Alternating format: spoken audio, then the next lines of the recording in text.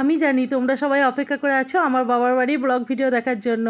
তা গত সোমবার ছিল শেষ পঞ্চমী, আর আমরা পৌঁছে গেছিলাম রবিবার বৈকালে আমার বাবার বাড়ি। স্টেশনে নামার সঙ্গে সঙ্গে ওয়েলকাম জানাতে চলে এসেছিলো আমার ভাই। তো তারপরেই দেখো পুজোর দিন সকাল থেকেই ভিডিওটা শুরু করলাম। বন্ধুরা তোমরা সবাই কেমন আছো? আশা করি ভালো আছো। পুজোর দিন সকাল ঘুম ভাঙতেই দেখো মা বললো দেখা যে শিব মন্দিরে জল ঢালতে আসছে, তা এরা যারা আসে এরা আমাদের গ্রামেরই মানুষজন। তারা আগের দিন চলে গিয়েছিলো কাটোয়া, আমাদের ওখানে কাটোয়া থেকে জল নিয়ে সারা রাত হেঁটে এসে এই যে সব শিব মন্দিরগুলোতে জল ঢালবে। পুজোর দিন পুকুরে মাছ ধরেছে, মা দেখলাম মাছ কাটতে বসে পড়েছে, আর আমি এদিকে একটা মালা তৈরি করলাম। সেদিন ছিল সোমবার, তাই বাবার মাথায় জল ঢালতে চলে এলাম। মা সব জোগাড় করে দিল, আর মা এই যে আমাদের মা বামডির পুজোর জন্য সমস্ত জোগাড় করে নিয়েছে। একটা থালায় কাটা ফল আর একটা থালায় গোটা ফল ছিল, তারপরে মাকে বস্ত্র আর মা মনসা দিলাম চাঁদির। এবারে আমার মনে একটা মনোবাসনা পূর্ণর জন্য। তো যাই হোক বন্ধুরা, তারপরে মা বললো তুই বেগনি কটা কর। তো বেগনি কটা ভাজা হলো, পাঁপড় বাদামও ভেজেছি। তারপরে দেখো মা দেখছি বোঁদে করে রেখেছে কালকে রাত্রে, আর বাপি সকালবেলাই দেখো আমাদের গ্রামের দোকান থেকে জিলাপি, রসগোল্লা, ল্যাংচা আর মিহিদানা এই নিয়ে চলে এসেছে। এবার মা কাকিমাকে সাথে নিয়ে আমি যাচ্ছি পুজো দিতে। তো চলো বন্ধুরা, আমাদের গ্রামের মন্দিরটাও দেখাবো তোমাদেরকে, আর গ্রাম্য দেবীটাকেও দেখাবো, তোমাদের জানাবো যে আমাদের গ্রামের মা মনসা মা বামড়ি নামে কেন পরিচিত, কিভাবে উৎপত্তি হয়েছিল।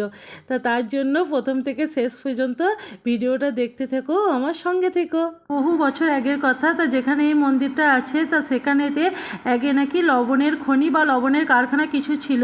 তা লবণ ভাঙতে গিয়ে তখন এক বামনি বুড়ি এই মায়ের শিলাটা পায়, তখন দেখে যে মনসা দেবী। তা সেই তখন থেকে এই পুজো শুরু হয়েছে। তাই বামনি বুড়ির নাম অনুসারেই বামনি পুজো নামটা হয়েছে, আর আমাদের গোটা গ্রামের এটা শ্রেষ্ঠ পুজো।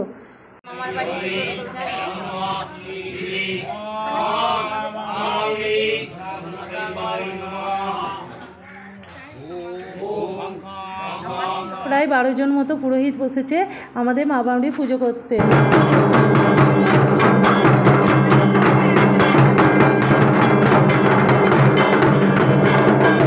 পুজো হয়ে যাওয়ার পর বাড়ি চলে এলাম। বাড়ি এসে দেখছি আমার মেয়ে বসে পড়েছে মাছ ভাজতে।